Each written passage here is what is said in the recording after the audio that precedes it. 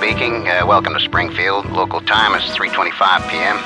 We ask all passengers remain seated until the aircraft has come to a complete stop.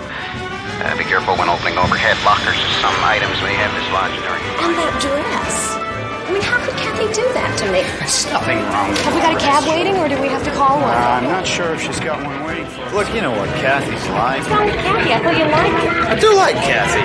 She always liked you. I got another cartload yet. Our luggage will be the last off. I wouldn't be surprised.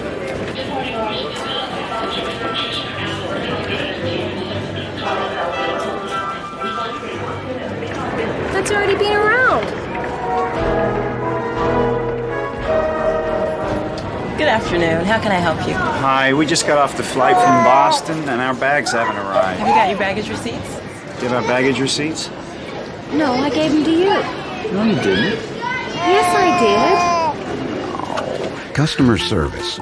It just doesn't go away, does it?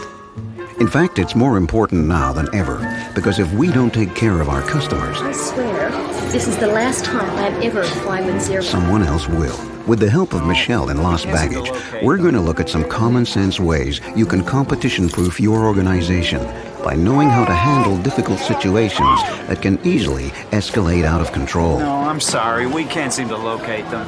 Michelle tries hard to do the right thing. They're usually attached to your ticket. Have you got that with you? However, it's one thing to be pleasant when things are going well, but it's the mark of a true professional to turn the situation around when it's going off the rails. No, I can't seem to find that either. Sure, there's some way you can just look them up. I can certainly give that a go.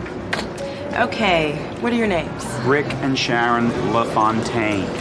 We often think that because we want to do the right thing, it will automatically happen.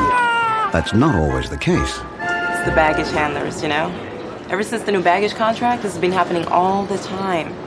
They're hopeless. This is the 4th consignment that's gone missing today. We haven't found any of them. Oh, great. Are you sure you checked it at the right terminal? Yes. Michelle thinks she's being friendly and helpful. However, blaming others is a surefire way of losing the confidence of your Are customer. you sure you checked it at the right terminal? Yes. You didn't check it on the street, did you? No, we didn't check it on the street. We haven't got time for this. Can you just find our luggage? You should also never talk down to customers or accuse them of being at fault. What's needed more than anything is for Michelle to empathize with her customers. Let them know she understands there's a problem and it's causing them a great deal of inconvenience. To begin with, use the customer's name. Our own name is the sweetest sound we can ever hear. Mr. and Mrs. LaFontaine, I understand this must be a terrible inconvenience for you, especially traveling with a baby. That's an understatement. I'm sure it's the last thing you need right now. How did the little one cope with the flight anyway? Pretty well, actually. Yeah, he's a good boy. Oh, that's good to hear. Okay, Mr. and Mrs. LaFontaine, what was your flight number? RF682. Where'd you board the aircraft? Boston? Did you transfer in Los Angeles? Yes. How many pieces of luggage did you check? 3. Were you flying business or economy? Is this all necessary? You should already have all of this information. When sorting out a customer's problem, it is important to ask probing and clarifying questions to get all of the facts. What was your flight number? Where did you board the aircraft? Did you transfer in Los Angeles? How many pieces of luggage did you check? Were you flying business or economy? However, not quite like that. We need to concentrate on process as well as outcome. Sometimes in our haste to solve the problem, we forget the customer's feelings. Customers understand that problems do occur, but how they are treated during this stressful time is infinitely more important than whether the problem is solved immediately. Were you flying business or economy? Is this all necessary? You should already have all of this information. Let's look at a different technique for getting the facts. It's called flag, purpose and permission. Firstly, flag that you will ask the questions. Then briefly explain the purpose, why you need the information. And finally, seek permission. Find out if it's okay with them before continuing. Mr. and Mrs. LaFontaine, so that we can get this sorted out for you as quickly as possible, I'm going to have to ask you some questions just to double check that we have all of your details correct in the system. Do you mind? That's okay. Sure. Okay. What was your flight number? RF682. Where did you board the aircraft? Boston. Transfer in Los Angeles? Yes.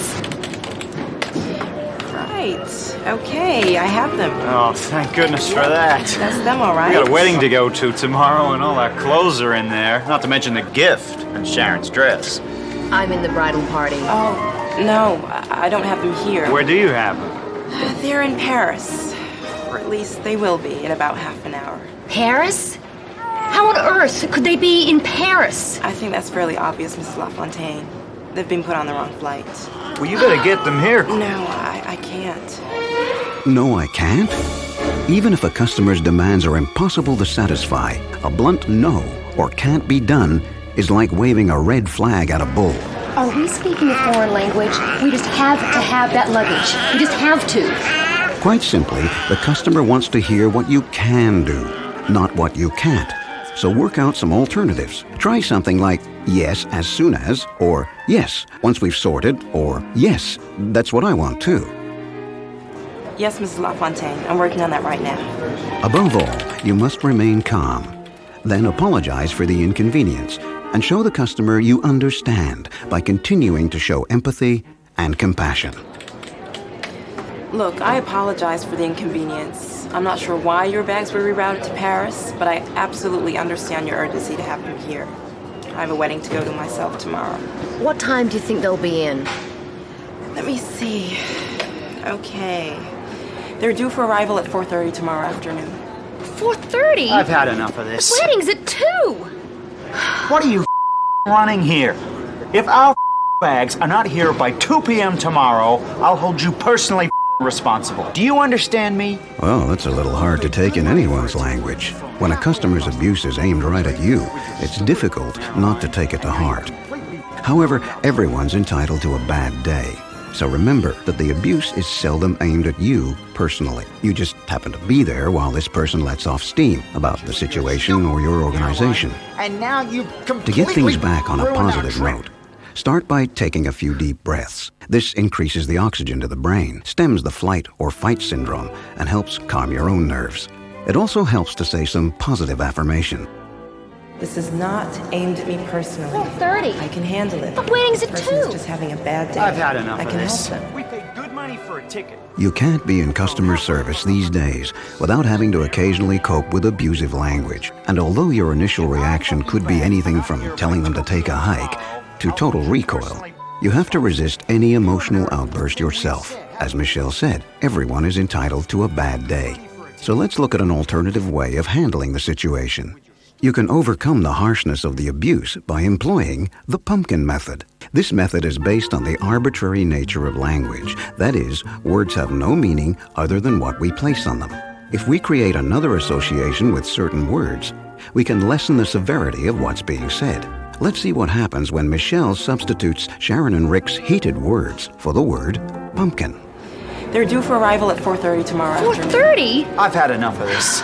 What are you pumpkin running around here? If our pumpkin bags are not here by 2 p.m. tomorrow, I'll hold you personally pumpkin responsible. Sharon and Rick are still angry, but they're nowhere near as offensive. Michelle can maintain her composure, filter out the abusive language, and really listen for the information she needs. Then she can speak slowly and calmly in a well-modulated voice as she continues to try and solve the problem. Mr. LaFontaine, I realize that 4:30 is too late for the wedding, and I do appreciate that this is causing a lot of inconvenience for you. That's more like it. It's almost impossible for someone to remain angry with you if you stay calm and keep your composure. You also need to instill confidence, even if you can't solve a customer's problem immediately. I really want to help you. At the moment, that's the only flight that we have coming from Paris tomorrow. Take on the responsibility.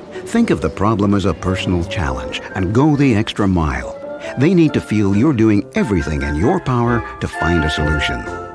However, do you mind if I call my supervisor to see if there's something else that we can do to help? Okay. I guess that'll be all right. Sharon, I'm just going to go and change the baby. Okay. Michelle has a great opportunity here. When customers have problems, they often talk about them for weeks, and in this case, possibly years. You don't forget being stuck without little Toby's favorite toy and turning up at a wedding without the bridesmaid dress. If Michelle can manage this situation to a positive conclusion, Rick and Sharon will say good things about Tango Airlines for years to come. If she doesn't, Tango Airlines is going to be on the top of their list when it comes to telling customer service horror stories. And what was your entrance? Oh, me too. Do hire bridal party dresses. Hi, it's Michelle Mathers from Tango Airlines. Yeah, I'm actually just wondering if you've got any suit hired. Unfortunately, your luggage is still stuck on the ground in Paris. Even if you can't give a customer exactly what they want, This is a nightmare. I mean, it's important to tell them what you can do for them. Your luggage is still stuck on the ground in Paris. However, I think I may have come up with something that might alleviate the problem with the wedding. I'm listening. And it better be good. This may seem like a strange question, but do you mind bearing with me for a second? Sure. How many bridesmaids are in the wedding? Just me. Great. I was hoping that was the case. So your dress doesn't have to match anybody else's. Trust me, that dress doesn't match anything, but I'm not following. Well, I've noticed that you're a member of our executive club, which automatically qualifies you for $1,000 worth of inconvenience insurance. Now, I've just spoken with the insurance company, and they've guaranteed me that they'll cover you for this. I've also written down a list of bridal shops that are open this afternoon. If you don't want to buy a new dress, most of them will rent you one. And here's a list of suit hire places so that your husband can find something to wear for the occasion also. Well, that's fantastic. Do you know what? Customers are actually quite reasonable people. They understand that sometimes things go wrong, and they only get angry when their dissatisfaction is being poorly managed. Michelle has successfully turned a negative customer experience into a positive one. It's all about providing a satisfying process. So what do we do now? I guess you go shopping. Thank you so much, Michelle, for all your help. We really appreciate it. Not a problem. Your luggage will be delivered to you tomorrow. And once again, on behalf of Tango Airlines, I do apologize for the inconvenience. No problem. Thank While you. Sharon and Rick go and find their new clothes, let's summarize what we've learned. The mark of a true professional is to turn things around when they're going off the rails. Blaming others makes the customer angry. Instead, empathize with their situation and let them know you really do care. Then use the flag, purpose, and permission technique to get all the facts. All this adds up to understanding the importance of process as well as outcome. How customers are treated is more important than whether the problem is solved immediately. For starters, never say no or can't be done. Instead, look for alternatives that tell them what you can do.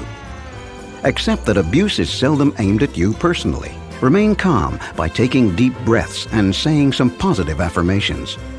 If the customer uses bad language, employ the pumpkin method, because remember that language is arbitrary. Ultimately, you need to take responsibility for the problem and go the extra mile to help your customer. They will appreciate it. So let's go and see how things turned out.